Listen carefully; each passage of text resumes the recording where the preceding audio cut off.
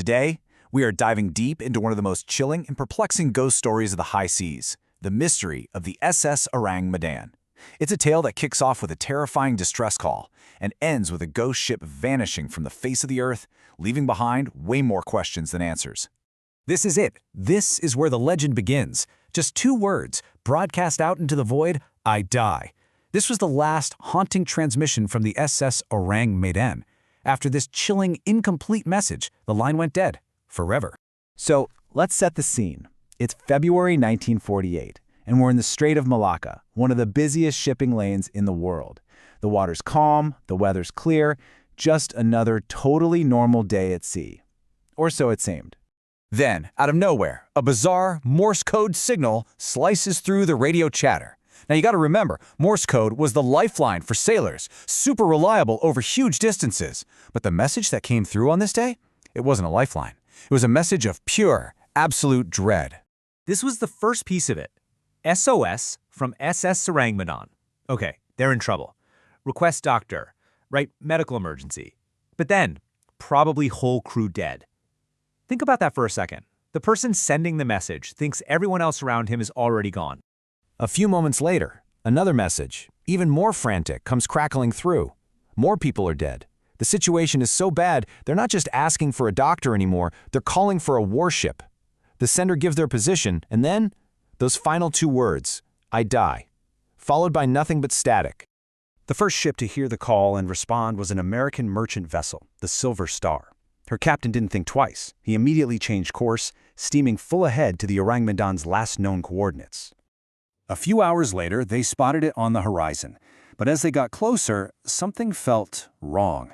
The ship was just drifting, but it looked perfectly fine. No damage, not sinking, no smoke. And the most unsettling part, it was completely, utterly silent. A deathly silent.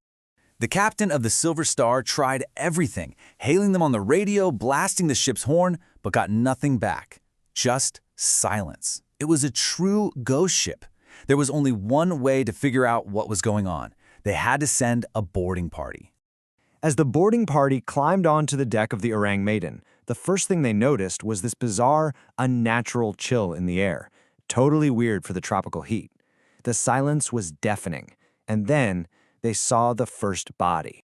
The deck was a horrific sight. Bodies were scattered everywhere, just lying where they'd fallen. The SOS hadn't been an exaggeration. The entire crew was dead. But it wasn't just that they were dead. It was the way they died. Every single person had a look of absolute terror frozen on their face. Eyes wide open, mouths agape in a silent scream, arms outstretched. It's as if they saw something completely unspeakable in their final moments. And here's where the story goes from terrifying to just plain bizarre. The rescue party checked the bodies and found not a single mark on them.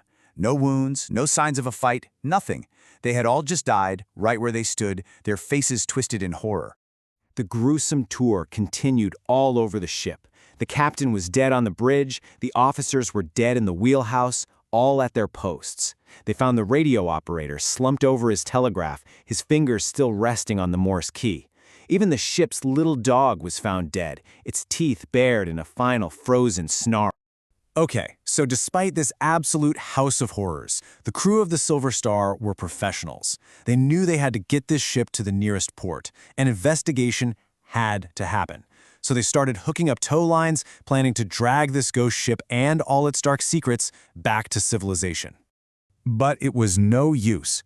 Suddenly, thick smoke started pouring out of cargo hold number 4. Before they knew it, a massive fire erupted and started spreading like crazy. The boarding party had to scramble for their lives, cutting the tow lines and getting back to their own ship. And just as they got clear, a huge explosion ripped the Orang Medan apart. And then, just like that, she sank beneath the waves, taking any real evidence with her to the bottom of the sea. So with the ship gone, all that was left was the story. And man, what a story it was. It quickly became the stuff of maritime legend. A lot of people just wrote it off as a tall tale, a spooky sailor's yarn. But others were absolutely convinced that something real and truly terrible had happened out there, and they were determined to figure it out. Now, one of the biggest points for the skeptics is that there's no official record of a ship called the SS Orang Medan. Lloyd's shipping register? Nothing. But it's important to remember what the world was like right after World War II.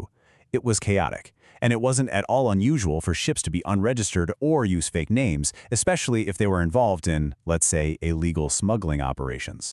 This brings us to the big theories. What happened to that crew? Well, the most logical one points to some kind of deadly cargo, a chemical leak that could have killed the crew without leaving a mark and then caused the explosion. Then you've got the conspiracy theory, which connects the ship to Japan's notorious Unit 731 and a secret cargo of biological weapons. And of course, there's the supernatural angle, that the crew's horrifying expressions can only be explained by something not of this world. All right, let's break down the most plausible idea, the chemical leak. The thinking goes that the Orang Medan was smuggling dangerous materials left over from the war. A top contender is potassium cyanide. If that stuff mixes with water, it creates hydrogen cyanide gas, which basically suffocates you instantly from the inside out, leaving no injuries. Another possibility is unstable nitroglycerin. A leak mixing with seawater could have easily set off the massive blast that sank the ship. This theory really does tick a lot of the boxes. But just when you think you've got it figured out, the story takes another sharp turn. In 2003, a CIA letter from 1958 was declassified. And why was the CIA interested? Well, the author of this letter suggests that the Orang Medan mystery might just be the key to understanding a whole bunch of other unsolved disasters at sea. This revelation has fueled speculation connecting the ship to a really dark post-war secret, the deal the U.S. government made with scientists from Japan's horrific Unit 731, giving them immunity for their biological weapons research. Could the Orang Medan have been secretly moving nerve agents from that program when it all went horribly wrong? So where does that leave us? What really happened on that ship? Was it a tragic accident involving smuggled wartime chemicals? Was it a covert op gone bad? A floating lab full of horrors that someone wanted to disappear? Or was it something else? What could possibly cause an entire crew to die with their faces frozen in a mask of pure terror? It seems whatever secrets the Orang Medan held are destined to stay right where they are, at the bottom of the sea.